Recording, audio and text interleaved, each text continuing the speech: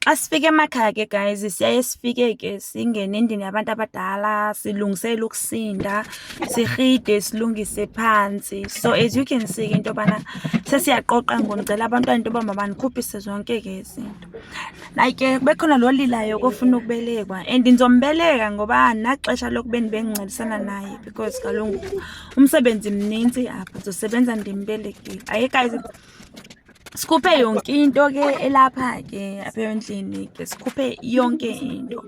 Into endithi ke uma ndinibonise yona yile yoba kukho ke ngoku apha umntu ofukamelayo, and wesiphathi ndizomkhupha sani uyofukamelela phandle.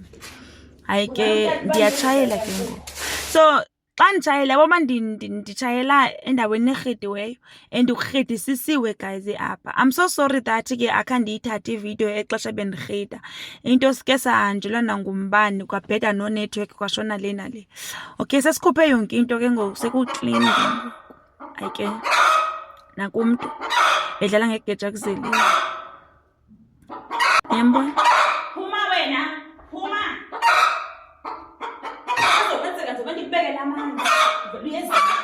Nyani ufana nenkukhu edlala phambi kwase-KFC ngoku. Akazi uba mna ndingave ndibeka amanzi ngoku. Okay guys, ndiyakita ke ngoku. Ndikitela ke ndenzelwa amadolo wam kaloku angalimali. Ndisemtsha wethu, ndisafuna bangena ngala madolo. Ndimngelo guys, ndithela ke ngoku ipolish yam, bathi ke yikhawudawu, ndibona kubulongwe. Phantsi ndidibanisa ke ngoku namanzi. Yazi guys, ngendlela ekulula ngayo nekwenze kubuya kwabanithi ngayo ukusinda apho sendirhide khona, bendingade ndingayiqondi loo nto, but ke ukhazini wam uBongeka wake wakhomenta kwenye ke ividiyo endake ndayenza whereby ndandisinda, but azange ndirhide. Kodwa kwaba kuhle, kodwa yibona ngoku it's so smooth man. Le nto endiyenzayo ngathi ngu-ice cream phantsi guys. Andiyazi uba kutheni abafana bengandithathi. Yazi abafana guys banayo le tendency yongakwazi ukubona izinto ezibafaneleyo.